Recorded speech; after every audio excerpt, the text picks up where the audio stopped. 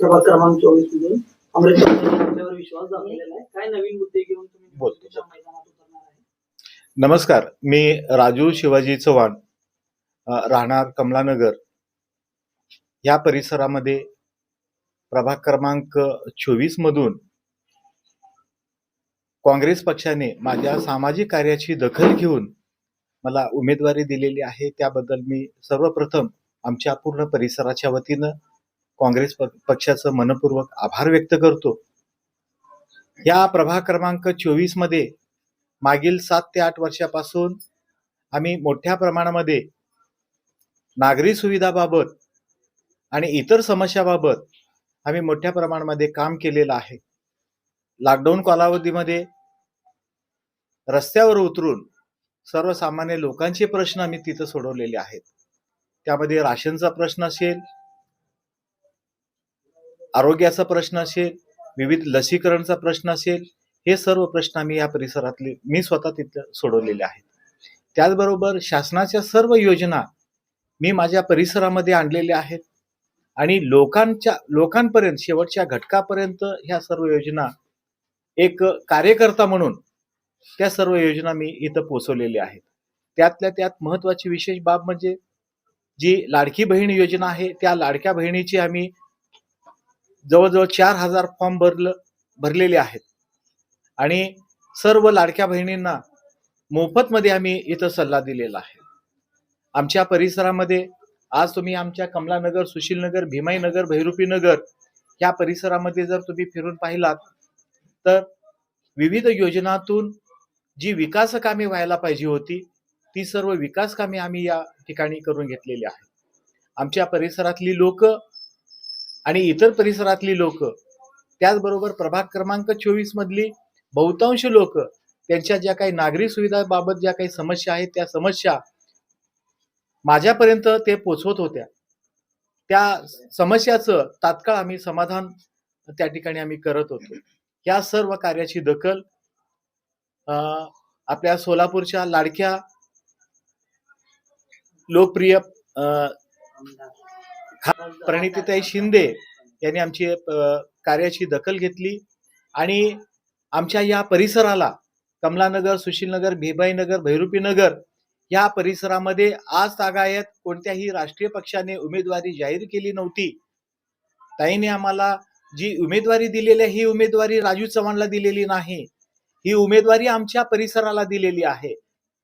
आमच्या पूर्ण परिसराने काँग्रेस पक्षाचा आम्ही धन्यवाद व्यक्त करतो.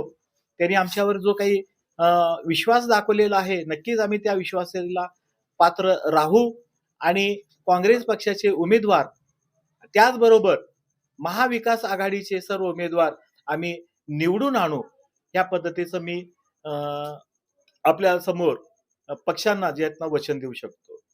काय नवीन मुद्दे असणार? आता प्रभाग क्रमांक 24 मध्ये सर्वात महत्वाचा मुद्दा आहे पाण्याचा. पाणी या ठिकाणी जवळजवळ 7 ते 8 दिवसानंतर पाणी येतं. पाणी कमी दाबानं येतं. लोकांना मोटारी लावून जे आहेत ना पाणी भरावं लागतं. पाणी भरताना जे आहेत ना आम्हाला इलेक्ट्रिक मोटरचा वापर करावा लागतो. लाईट बिल दर महिन्याला जे आहेत ना 1500 ते 2000 रुपये एक्स्ट्रा आम्हाला लाईट बिल त्या ठिकाणी द्यावी लागते. आमच्या परिसरातली या परिसरातली जर लोकसंख्या आपण जर पाहिली, जवळजवळ 15 ते 16,000 इथं लोकसंख्या आहे. या लोकसंख्येप्रमाणे इथं 2 पाण्याच्या टाक्या असायला पाहिजे. हे सर्वात महत्वाचा प्रश्न आहे. याबाबत मी स्वतः शासन प्रशासनाकडे मागील 5 ते 6 वर्षापासून मी संघर्ष करतोय. त्याचबरोबर आमच्या या परिसरामध्ये लहान मुलांसाठी आणि ज्येष्ठ नागरिकांसाठी बाग बगीचा असावा यासाठी देखील आम्ही शासनाकडे पाठपुरावा केलेला आहे. त्या पद्धतीनं या ठिकाणी जमीन आरक्षित झालेली आहे.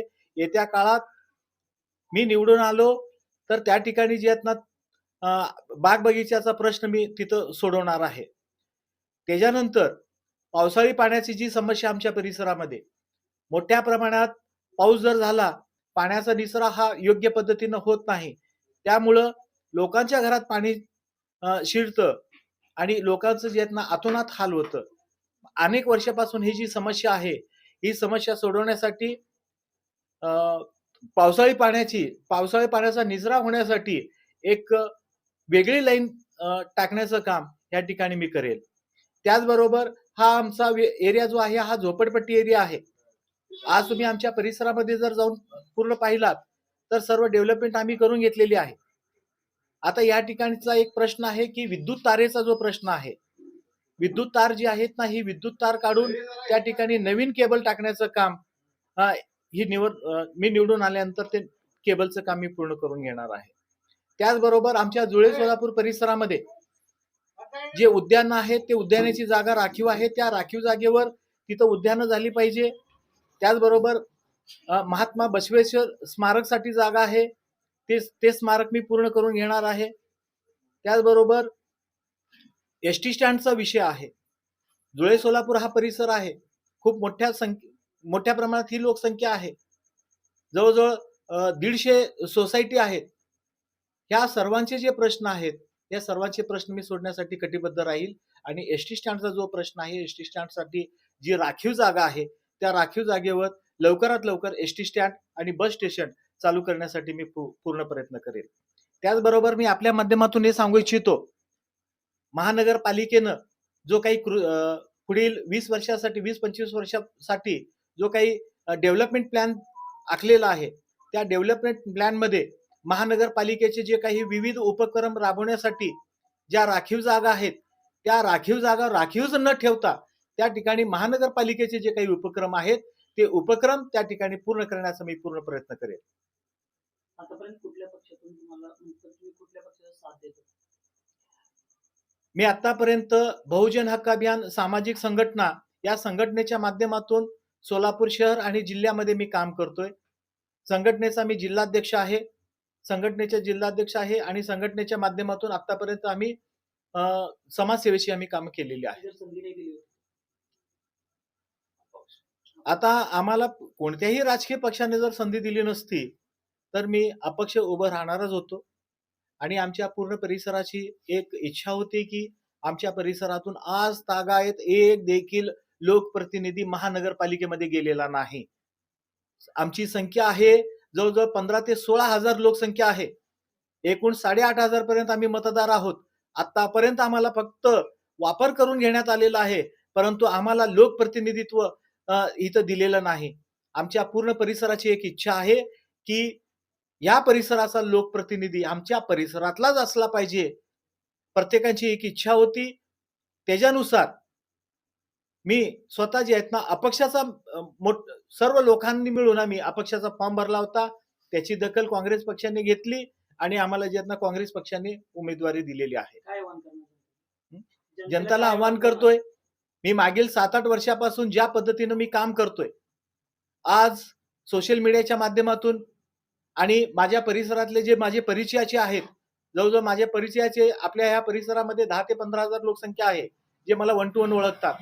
बाकीचे इतर लोक सोशल मीडियाच्या माध्यमातून मला ओळखतात. या सर्व नागरिकांना मी आव्हान करू इच्छितो, मी मागील 7 ते 8 वर्षापासून निस्वार्थपणे, प्रामाणिकपणे ज्या पद्धतीने मी काम करत आलेलो आहे, ह्या पद्धतीने मी पुढे काम करत राहणार. माझ्यावर विश्वास ठेवून फक्त एकदाच मला संधी द्या आणि ह्या संधीचं सोनं मी तुम्हाला करून दाखवेल. आणि कोणाच्याही कोणत्याही समस्या असो, नागरी सुविधाबाबत कोणत्याही समस्या असो, मागील 7 वर्षापासून ज्या पद्धतीने मी सिस्टमॅटिक आम्ही काम करतोय, त्या पद्धतीने तुमच्या समस्या मी 100% मी सोडून दाखवणार.